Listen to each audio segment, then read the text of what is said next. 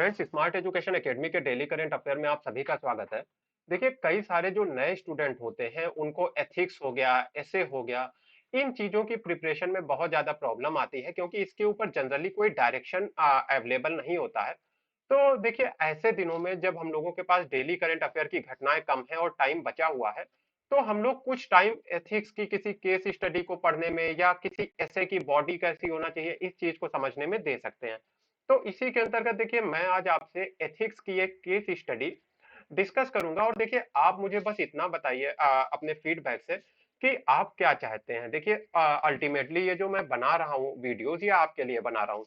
तो अगर आप चाहते हैं कि डेली करंट अफेयर में मैं केवल डेली करंट अफेयर पे ही रहूं, केवल वहीं तक की बात करूं, तो मुझे आप इस बारे में बताइए।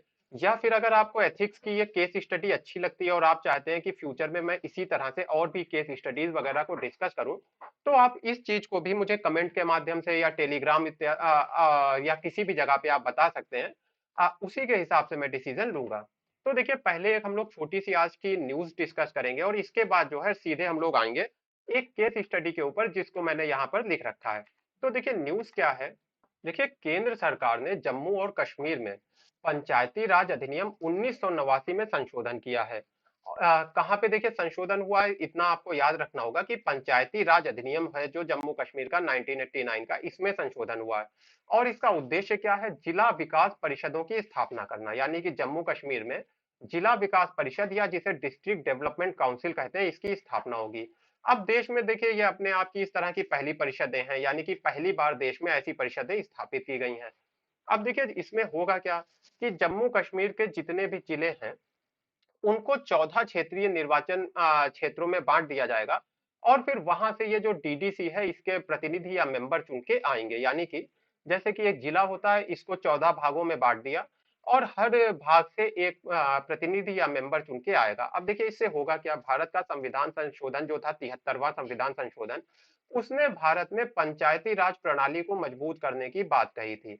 जिससे कि देखिए, ये पंचायती राज प्रणाली से क्या होता है कि जो अनुसूचित जातियां, अनुसूचित जनजातियां, महिलाएं, इन सभी को भी शासन में भागीदारी मिलती है। जैसे कि कुछ सीटें महिलाओं के लिए आरक्षित होती हैं, कुछ अनुसूचित जातियों, जनजातियों के लिए, तो इन सभी को शासन में भागीदारी मिलती है पंचायती राज प्रणाली से। तो ये चीज अब जम्मू कश्मीर में भी हो पाएगी। यानी कि जो 73वें संविधान संशोधन के द्वारा एक कह लीजिए कि दृष्टि रखी गई है, एक भविष्य के प्रति जो दृष्टि है, अब वो जम्मू कश्मीर में भी लागू हो पाएगी क्योंकि अब यहाँ पे भी डिस्ट्रिक्ट डेवलपमेंट काउंसिल का गठन होगा। अब देखिए, इसके साथ ही क्या है कि प्रत्येक जिले के लिए एक जिला विकास परिषद होगी जिसका अधिकार क्षेत्र पूरे जिले पर होगा। यानी कि जो जिला परिषद है, जिला विकास परिषद या डीडीसी होगी, वो पूरे जिले पर उसका अधिकार क्षेत्र होगा, लेकिन ऐसे भाग इसके अधिकार क्षेत्र में शामिल नहीं होंगे जो नगर पालिका या नगर निगम के अंतर्गत आते हैं।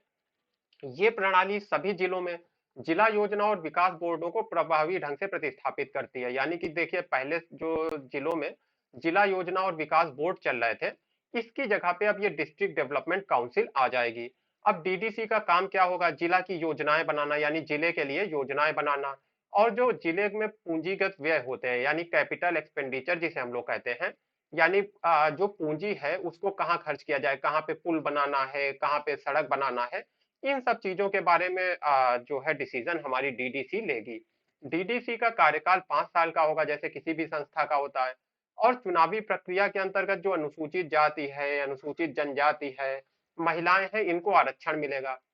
जिले के अतिरिक्त जिला विकास आयुक्त जिला विकास परिषद के मुख्य कार्यकारी अधिकारी होंगे। यानी जो जिला विकास परिषद होगी, इसके मुख्य कार्यकारी अधिकारी कौन होंगे, हमारे जो टीसी होते हैं या फिर कह लीजिए जो जिला विकास आयुक्त होते हैं, वो इसके मुख्य कार्यकारी अधिकारी होंगे। तो ये देखिए, कुछ बातें हो गई डीडीसी के बारे में। अब आगे के जब एडिटोरियल्स आएंगे तो इसके जो पॉलिटिकल एस्पेक्ट हैं हम लोग उस पर बात करेंगे कि कैसे जम्मू कश्मीर की जनता को अपना एक बार रिप्रेजेंटेशन मिलेगा, जो लोगों की कह लीजिए पॉलिटिकल आकांक्षाएं हैं वो पूरी होंगी। तो इस चीजों के बारे में भी आगे हम लोग बात करेंगे। अब आते हैं हम लोग देखिए केस स्टडी के ऊपर। तो मैं पहले एक बार केस स्टडी पूरी आपके सामने पढ़ूंगा और उसके बाद आपको इसका सॉल्यूशन बताऊंगा कि अब देखिए, हर कोई अलग अलग तरीके से सॉल्व करता है, तो जरूरी नहीं है कि जो मैं सॉल्व कर रहा हूँ वो वही एक तरीका है या कह लीजिए उसी तरीके से सॉल्व की जा सकती है। आपका तरीका दूसरा हो सकता है। मैं केवल आपको एक दिशा दिखा रहा हूँ कि कैसे हम चीजों को समझते हैं। तो गंभीर प्राकृतिक आपदा से प्रभावित एक क्षेत्र में आप बचाव कार्य का नेतृत्व कर रहे हैं। देखिए थोड़ा सा ध्यान करिए शब्द पे, नेतृत्व कर रहे हैं यानी कि आप मुखिया हैं। जैसे कि एक क्रिकेट टीम के मुखिया होते हैं या कैप्टन होते हैं, वैसे ही आप अपनी टीम के मुखिया हैं। हजारों लोग बेघर हो गए हैं और भोजन, पेयजल तथा अन्य मूलभूत सुविधाओं से वंचित हो गए हैं। बहुत सारे लोगों का घर चला गया। मूसलाधार वर्षा और आपूर्ति मांगों के क्षतिग्रस्त होने से कार्य बाधित हो गया है। विलंबित और सीमित राहत कार्य से स्थानीय लोग बहुत क्रोधित हैं। यानी कि एक तो जो ये राहत काम में देरी हो गई, और दूसरा जो सीमित राहत कार्य है, इससे लोगों को गुस्सा है। जब आपका दल प्रभावित क्षेत्र में पहुंचता है, तब लोग दल के कुछ सदस्यों पे हमला बोल देते हैं, यहाँ तक कि उनकी पिटाई भी कर देते हैं। आपके दल का एक सदस्य गंभीर रूप से घायल भी हो जाता है। संकट की इस स्थिति में दल के कुछ सदस्य अपने जीवन को खतरे के डर से आपसे आग्रह करते हैं कि अब बचाव कार्य रोक दिया जाए, क्योंकि अब उनके जीवन को खतरा खतरा है। तो इन विषम परिस्थितियों में आप क्या करेंगे? अब देखिए, याद रखिए, आप नेतृत्व कर रहे हैं, तो जो भी करना है आपको करना है। एक लोक सेवक के उन गुणों का परीक्षण कीजिए जो ऐसी स्थिति को संभालने के लिए आवश्यक होंगे। यानी कि एक जो लोक सेवक है, उसमें ऐसे कौन कौन से गुण होना चाहिए जो ऐसी परिस्थितियों में वो सही निर्णय ले पाए। यानी कि देखिए, प्राकृतिक आपदा आई हुई है, इसकी वजह से राहत कार्य नहीं हो पाया, राहत कार्य नहीं हो पाया तो लोग गुस्सा हो गए तो उन्होंने हमला बोल दिया, प्रशासन से नाराज थे, और सदस्यों की, आपका जो दल है उसकी पिटाई कर दी, कुछ सदस्य गंभीर रूप से घायल भी हो गए।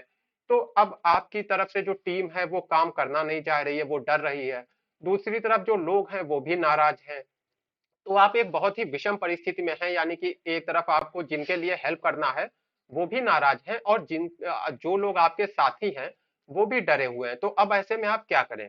देखिए, कुछ बातें हम लोग समझते हैं। पहली बात तो, एक लोक सेवक के रूप में आपके अंदर जो चीज होना चाहिए वो है धैर्य। यानी कि आपके अंदर पेशेंस जो है बहुत ज्यादा होना चाहिए। जैसे कि एक एग्जांपल अगर आपको दूं, तो आपने क्रिकेट तो निश्चित रूप से देखा होगा, आप एक भारतीय हैं।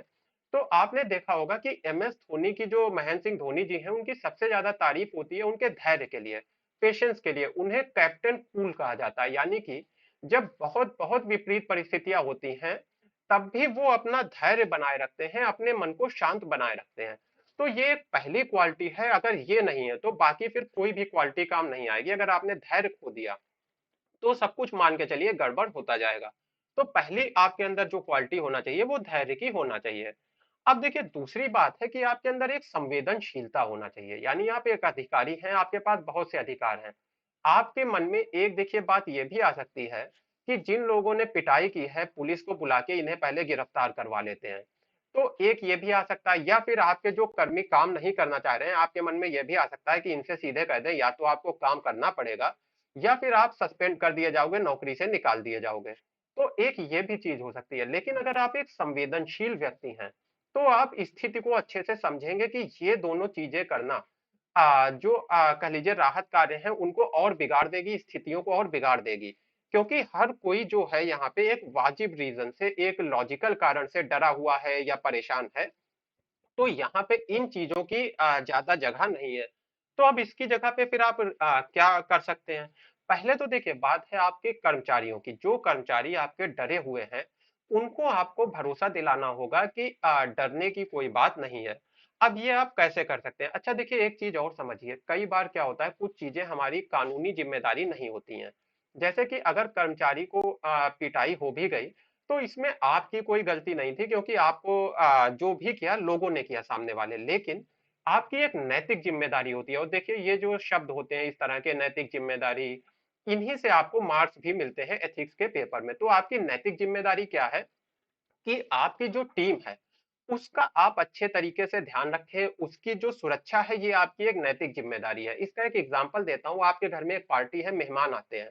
अब आपके ऊपर कोई कानूनी जिम्मेदारी या किसी तरह की नहीं है कि उन लोगों के लिए आप वाहन की व्यवस्था करें और उनको घर छुड़वाएं। लेकिन आपकी एक नैतिक जिम्मेदारी है कि अगर रात ज्यादा हो चुकी है और कुछ महिलाएं हैं जिनको वाहन नहीं मिल पा रहा है घर जाने के लिए, तो उनके सुरक्षित घर पहुंचाने की आप उनकी व्यवस्था करें। ये आपकी एक नैतिक जिम्मेदारी है। तो इसी तरह से आपके जो कर्मचारी हैं, क्योंकि वो आपके लिए काम कर रहे हैं, आप पे भरोसा करते हैं, तो ये आपकी नैतिक जिम्मेदारी है, आप उनकी सुरक्षा तय करें।